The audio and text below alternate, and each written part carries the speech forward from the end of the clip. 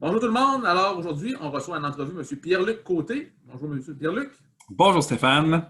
Donc, Pierre-Luc Côté, c'est le conférencier qu'on va recevoir à la bibliothèque sous format conférence virtuelle le 9 février. Pierre-Luc, nous l'avons déjà reçu pour une conférence au mois de novembre qui a été très appréciée par les usagers. Donc, pour ceux qui n'étaient pas présents à la première conférence sur l'Inde, Pierre-Luc, peux-tu juste nous rappeler quelques mots par rapport à toi, ton cheminement, s'il te plaît? Oui, ben en fait, c'est très simple. Je suis un passionné de voyage. Oui, dans la vie, je suis professeur au cégep. Il faut gagner un peu sa vie. Mais dès que j'ai l'occasion, je prends mon sac à dos puis je pars en voyage. Puis bon, j'ai arrêté de compter à 50 pays, là. Donc, à un moment donné, faut arrêter.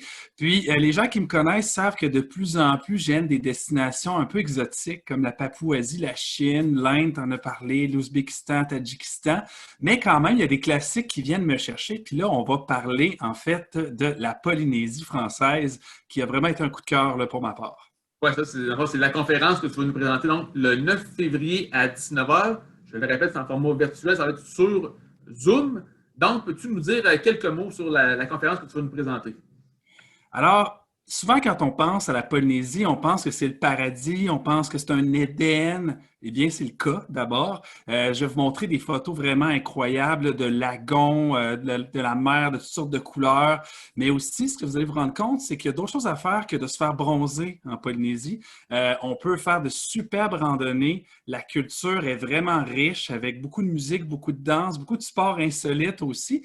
Et puis moi, j'ai passé 2 mois en Polynésie, donc j'ai exploré 10 îles de l'archipel. Donc, je suis allé sur les îles classiques comme Tahiti, Bora Bora, Moréa, mais je suis allé aussi sur des îles moins connues comme Tikeo, par exemple, ou bien Huaïné. Et puis, vraiment, je suis allé voir la couleur locale de chacune de ces îles-là.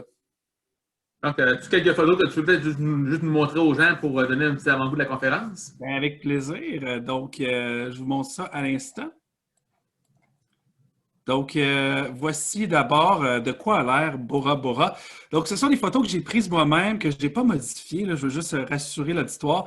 Donc, Bora Bora classique hein, pour les honeymooners, qu'on appelle, pour donc les gens en lune de miel. Mais rassurez-vous, je ne suis pas marié, puis je ne suis pas allé en lune de miel.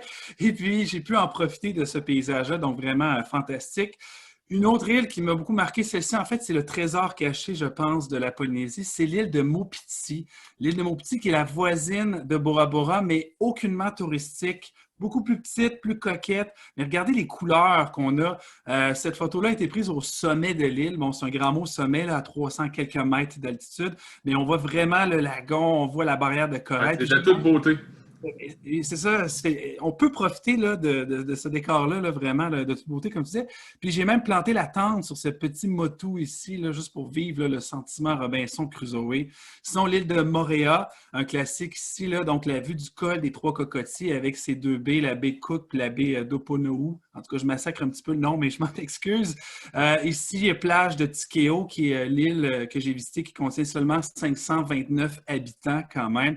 Et aussi la culture. Donc, j'ai passé beaucoup de temps, comme je le disais, à parler entre autres du EIVA, ce festival culturel de musique et de danse, mais aussi de sport insolite. Je ne veux pas trop en dire parce que je veux que les gens viennent nous voir, bien sûr, à la conférence. Donc, c'est sûr qu'en cette période de confinement, alors je pense que ça va nous faire plaisir d'un peu de partir voir vers d'autres horizons un petit peu. C'est un voyage qui est autorisé par le gouvernement, donc aucune restriction, il n'y a pas de quarantaine à faire pour aller en Polynésie française avec Pierre-Luc. Donc, est-ce qu'il y a encore des questions pendant la conférence ce coup-ci? Oui, oui, effectivement, c'est un peu un trademark chez moi. Je fais un quiz pendant mes présentations. Donc, ayez en main votre téléphone cellulaire en plus de l'outil que vous utilisez pour écouter la conférence parce que c'est pour mettre un petit jeu, un petit peu de dynamisme. Je pose des questions au fur et à mesure, puis il y a un gagnant à la fin. Donc, on a toujours beaucoup de plaisir avec ça. Bon, je te remercie beaucoup. Donc, j'invite les gens à cette conférence. Je répète, c'est le 9 février à 19h. Et puis, l'hyperlien pour rester à la conférence sera mis la veille, donc le 8 février, sur la page Facebook de la Bibliothèque du Cégep de Thetford. Donc, bienvenue à tous et on vous souhaite d'avoir un grand nombre. Merci, merci Pierre-Luc. À bientôt!